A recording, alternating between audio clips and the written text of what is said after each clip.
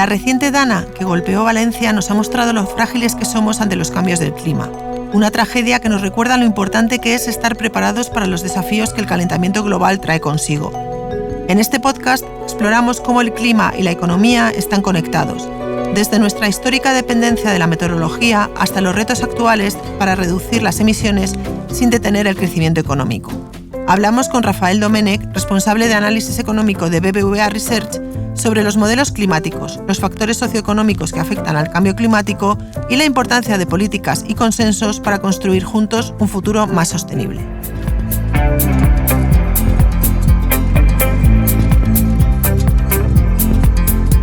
Blink, un podcast de BBVA, con Reyes Pariente.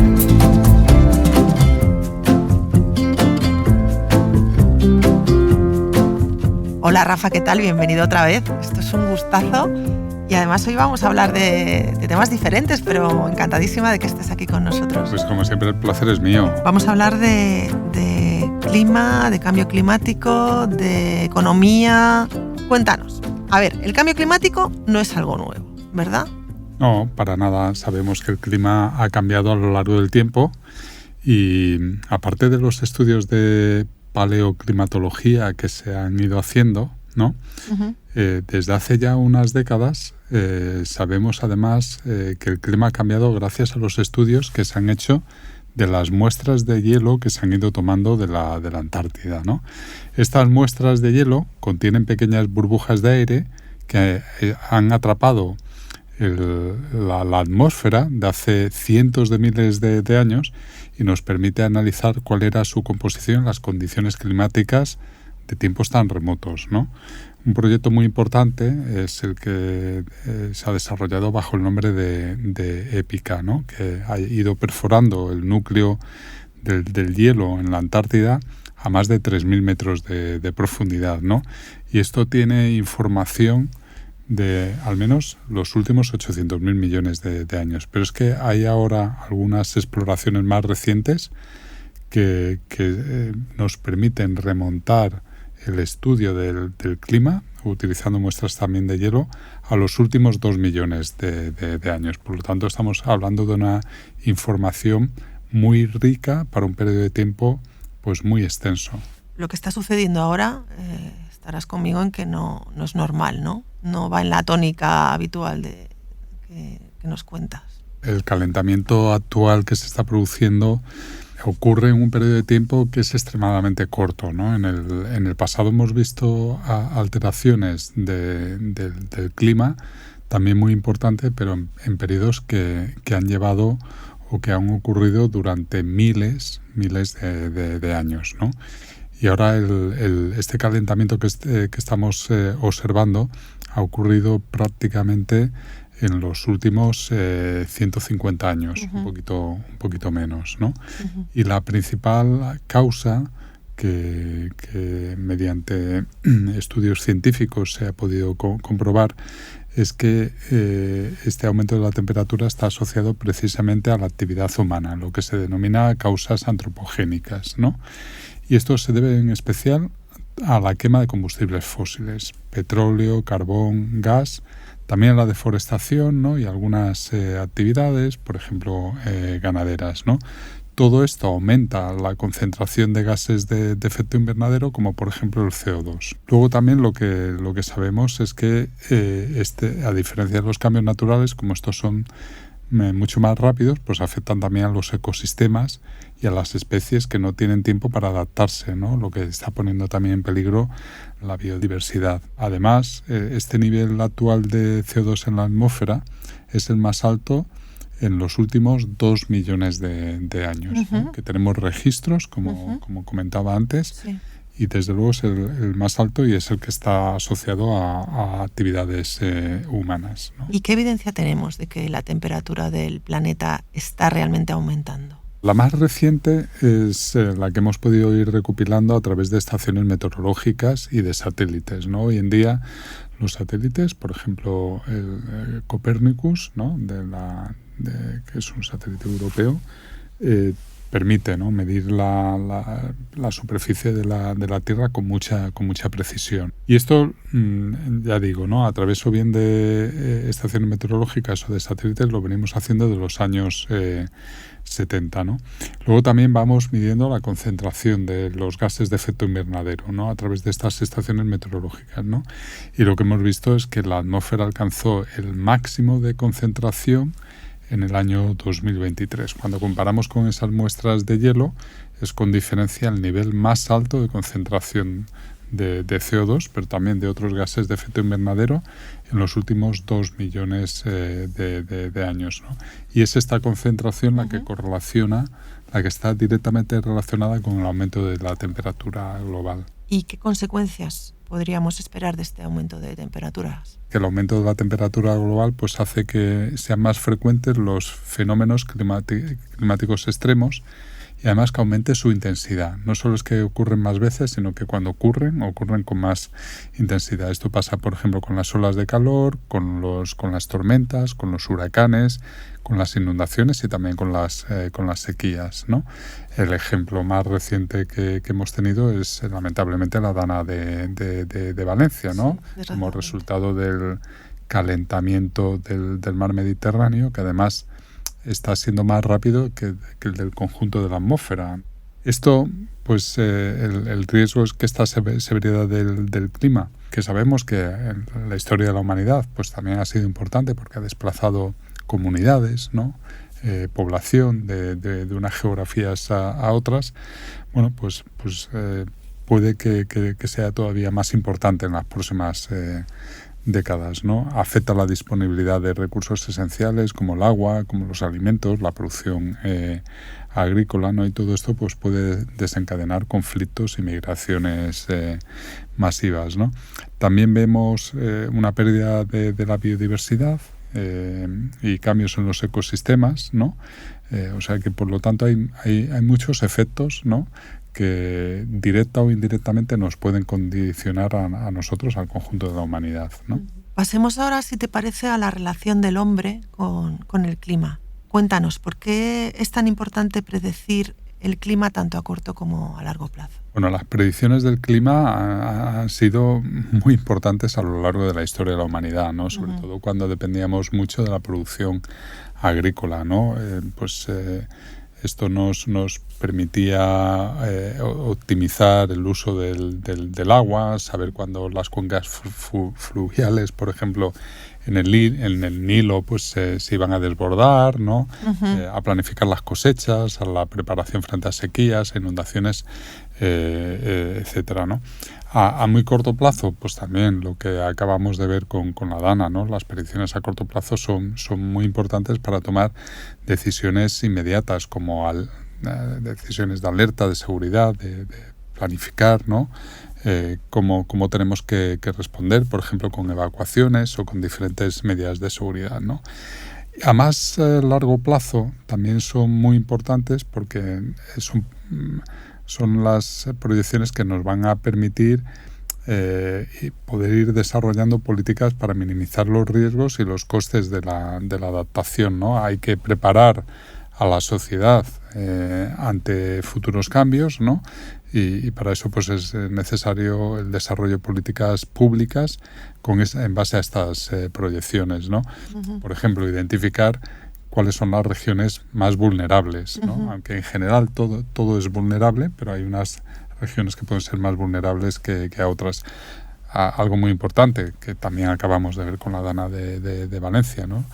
Pues hay que planificar infraestructuras, ¿no? Construcción de estas infraestructuras para que sean resilientes al cambio climático, ¿no? Por lo tanto, como ves, todo lo que podamos proyectar, tanto a corto como a largo plazo, para poder responder, ¿no?, a estos fenómenos climáticos que cada vez son más frecuentes y más severos, mejor. ¿Cómo podemos anticiparnos y entender qué podría pasar con el clima del planeta en el futuro?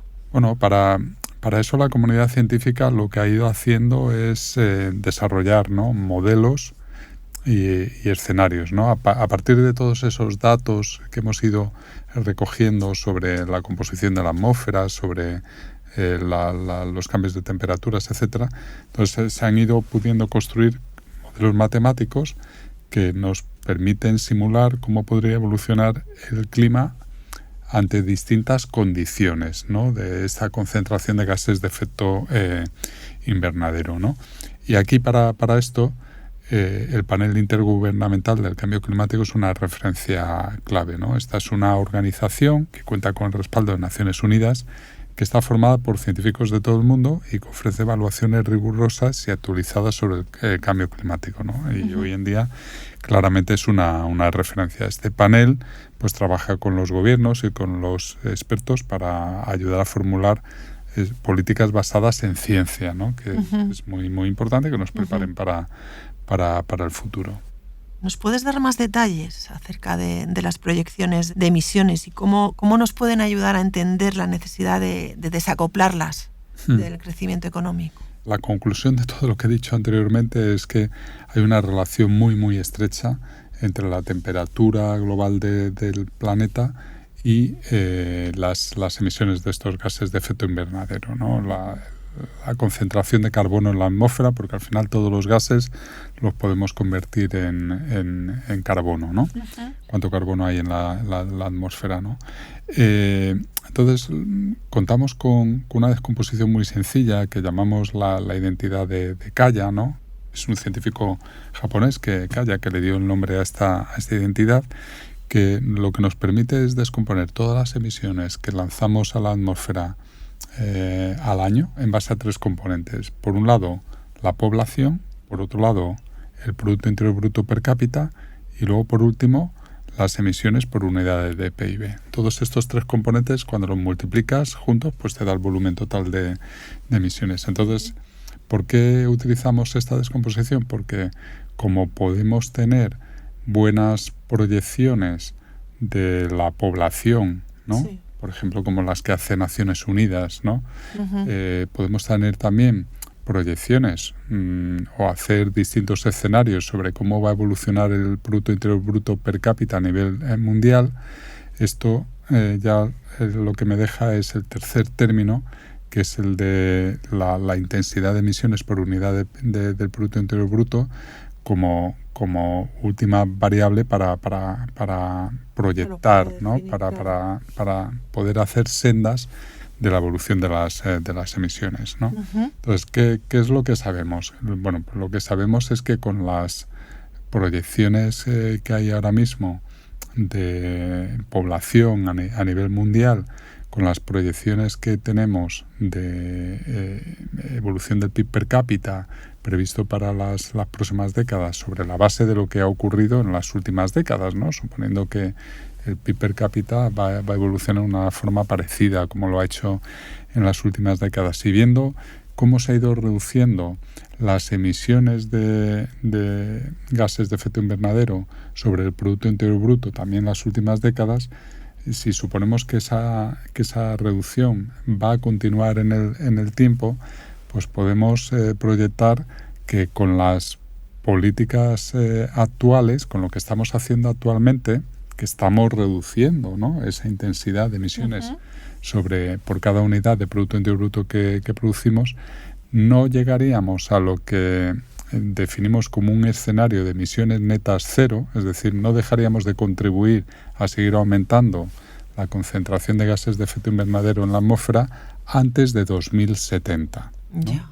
Y por lo tanto, bueno, pues esto lo que hace es que de seguir con esa tendencia es muy probable que el aumento de temperaturas que ya se ha producido, ¿no?, actualmente, antes hemos comentado que 2023 fue el año con mayor concentración de gases de efecto invernadero de los 2 últimos millones de años, pero 2023 también ha sido el año en el que la anomalía de temperatura ha sido la mayor, 1,5 grados superior al promedio que se toma como referencia de temperaturas, que es el que va de 1850 a 1900. Esto se considera un poco el promedio de temperaturas de la era preindustrial, ¿no? Antes de que empezaran todas estas emisiones masivas. Bueno, pues ya estamos 1,5 grados prácticamente por encima de de esa media de temperaturas. Bueno, pues en base a esta identidad de Kaya, pues lo más probable es que la temperatura de aquí a finales del siglo pase del 1,5 actual a 3 grados por encima de la que teníamos antes, ¿no? Entonces estamos hablando, por ejemplo, de un impacto considerable, que es duplicar lo que ya hemos hecho en los últimos pues prácticamente 150 años. Teniendo todo esto en cuenta, ¿cómo podríamos lograr un crecimiento económico sin aumentar las emisiones de gases de efecto Bueno, yo creo que invernadero? hay que pensar que todas estas estrategias que a veces se proponen de crecimiento, ¿no? Que es decir, bueno, pues si el crecimiento es el que nos ha traído hasta aquí, pues apostemos ahora por el decrecimiento para reducir las emisiones, ¿no? Bueno, pues en primer lugar no hay nada que nos asegure, ¿no? Ninguna garantía de que decreciendo íbamos a reducir a un ritmo suficientemente rápido las emisiones, ¿no? Porque posiblemente probable que a lo mejor a medida que decreciéramos esto detenga el ritmo de invención y volvamos porque no haremos las inversiones necesarias, ¿no? Pues a que volvamos a apostar por tecnologías que son más intensivas en las emisiones, ¿no? Produciremos menos, pero posiblemente de una manera más contaminante por unidad de emisiones, ¿no? Y luego porque socialmente, o sea, hay que entender que la mayor parte del mundo aspira al menos a vivir con un nivel de vida, con unos estándares de vida similares a los que ya gozamos en algunas sociedades como la nuestra, ¿no? Entonces, o sea, parece que esa estrategia de crecimiento no garantiza que las reducciones se vayan a reducir y tampoco cuenta con un apoyo social, ¿no? Porque muchos países se van a apartar de ese tipo de políticas, ¿no? Entonces, en esas circunstancias, lo más pragmático es apostar por un crecimiento que se desacople totalmente de las emisiones, ¿no? Esto ya está ocurriendo, ya lo he dicho, ¿no? Está ocurriendo en países como el nuestro, está ocurriendo en Europa, está ocurriendo en China también, está ocurriendo en Estados Unidos. Si cogemos a escala mundial y vemos cómo ha evolucionado el PIB per cápita en las últimas décadas y cómo ha evolucionado las emisiones por unidad de PIB producido, vemos que a medida que las sociedades se van haciendo más ricas, va disminuyendo la intensidad de emisiones por unidad de PIB. Lo que tenemos que hacer, por lo tanto, es intensificar, acelerar esa disminución para que en lugar de ocurrir más allá de 2070, ocurra mucho antes, a ser posible, pues en 2050. Hay algunos países como China que ya se han comprometido a hacerlo en 2060, otros que como Europa o Estados Unidos, ¿no? Que bueno, ahora habrá que ver, ¿no? Con la nueva administración Trump, pues es posible que los compromisos que había adquirido la administración Biden, pues no se vean confirmados, ¿no?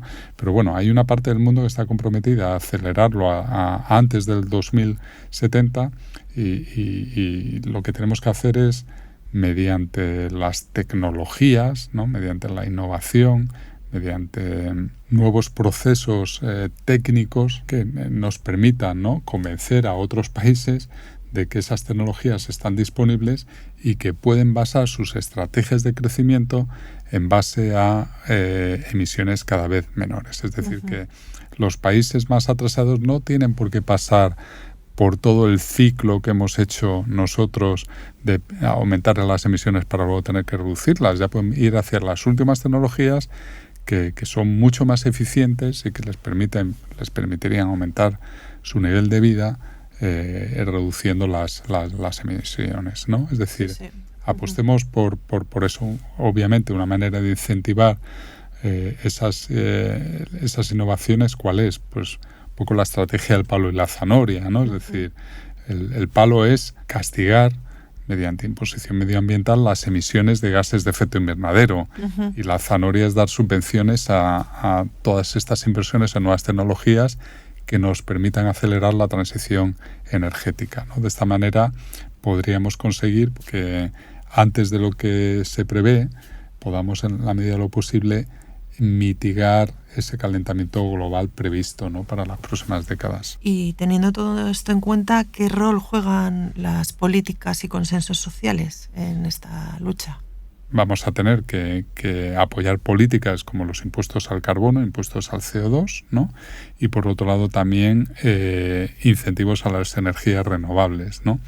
Claro, para todo esto es muy importante garantizar que esa transición energética es justa, ¿no? Vamos a tener que llevar a cabo políticas redistributivas, ¿no?, para asegurar que los costes de la transición y los beneficios se reparten de una manera equitativa en el conjunto de la sociedad. Esto es muy importante porque si hay colectivos suficientemente amplios que se sienten perdedores, pueden manifestarse en contra de la transición energética y por lo tanto retrasarla, ¿no? Entonces va en el interés de todos que todo el mundo sienta que son beneficiarios, ¿no?, de esta transición energética, ¿no? Este concepto de justicia social, de participación pública, pues es muy importante, ¿no?, para fomentar la responsabilidad y ese consenso político del que hablabas. ¿Qué podemos hacer como sociedad para afrontar el cambio climático y construir un futuro más sostenible?